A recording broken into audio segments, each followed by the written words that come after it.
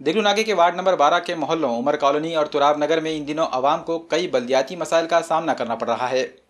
आमतौर पर अवामी नुमाइंदों की जानिब से इन महलों को तरक्की याफ्ता समझकर कोई ख़ास तवज्जो नहीं दी जाती है। पिछले कई बरसों से यहाँ इसीलिए कोई तरक्याती काम अंजाम नहीं दिए गए।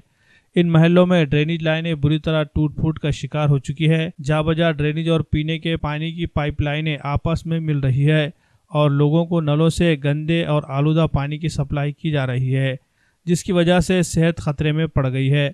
वक्त पर सफाई नहीं होने से जा बजा ड्रेनेज के चैम्बर उबल पड़ते हैं। दूसरी तरफ नालियां भी लबालब भर जाती है। उमर कॉलोनी के ड्रेनेज लाइन का काम फौरी हल तलब है। ड्रेनेज लाइन फेल हो जाने से लोगों ने अपने टॉयलेट के कनेक्शन नालियों से मिला दिए हैं, जिसकी वजह से इलाके में ताफुन और बीमारियों का राज है।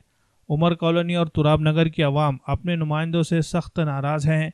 आवाम को शिकायत है कि इलेक्शन हुए तकरीबन 1.5 साल का अरसा गुजर जाने के बावजूद उमर कॉलोनी और तुराब नगर में कोई तरक्याती काम शुरू नहीं किए गए हैं।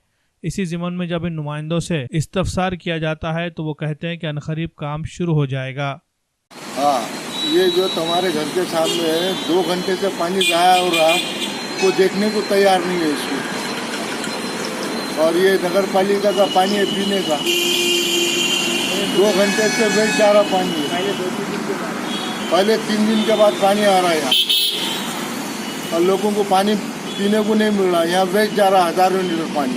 ये महल्ले वालों को पूरा तकलीफ है यहाँ।